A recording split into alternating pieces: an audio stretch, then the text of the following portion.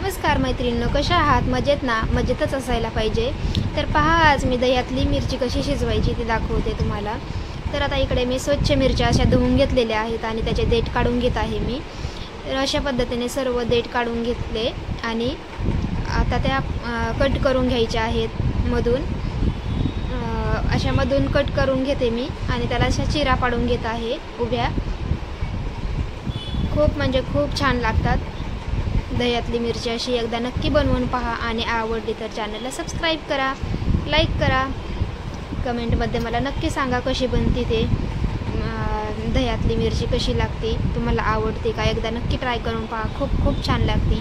आणि ही मिरची मी कमी तिखटवाली घेतलेली आहे. जास्त तिखट कोणाला मिरची आवडत असेल तर तिखटवाली मिरची पण दह्यातली खूप छान लागते. तिखट मिरची पण घेऊ शकता तुम्ही. तिखट मिरची अशी इतकी मोठी नाही ठेवायची, फक्त त्याची बारीक आपण भाजीला कापतो ना तशी बारीक कापून घ्यायची. ही आता कमी तिखट आहे त्यामुळे मी अशी मोठीच कापलेली आहे. तर आता त्यासाठी इकडे दही पण घेतलं आहे मी. दही मी थोडंच घेतलेलं आहे कारण आंबट जास्त मला जमत नाही. त्यामुळे आम्हाला सर्वांना पित्ताचा प्रॉब्लेम आहे, त्यामुळे आम्ही आंबट जास्त नाही खात.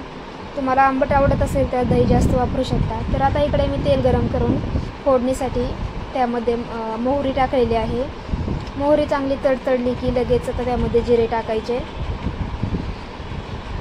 जास्त काहीच नाही लागत, हे फक्त मोहरी, जिरे आणि हळद, मीठ एवढंच लागतं मिरचीसाठी आणि दही.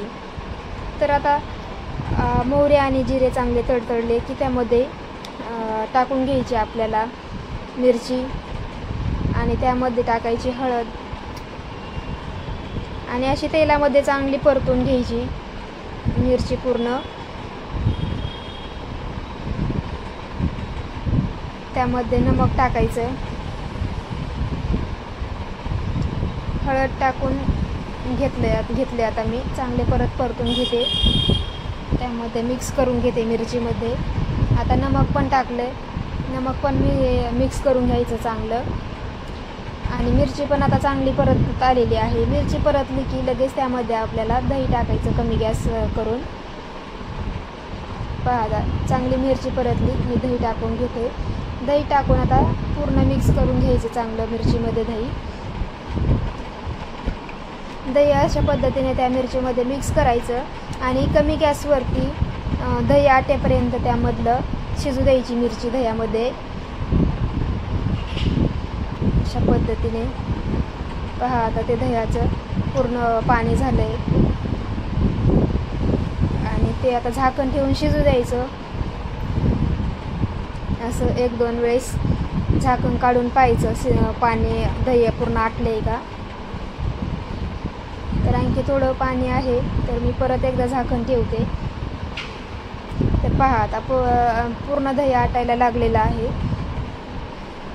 तर आता आटलेलंच आहे दही. आता मिरची तयार झाली आहे, दही पण आटलं आहे. तर आता मी काढून घेते एका वाटीमध्ये.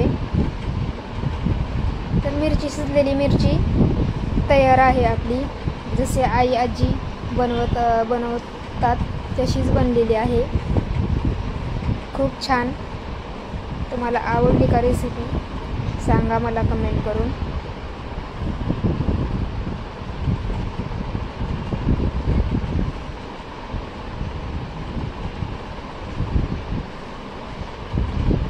आता सर्व काढून घेतले आहे मी वाटीमध्ये.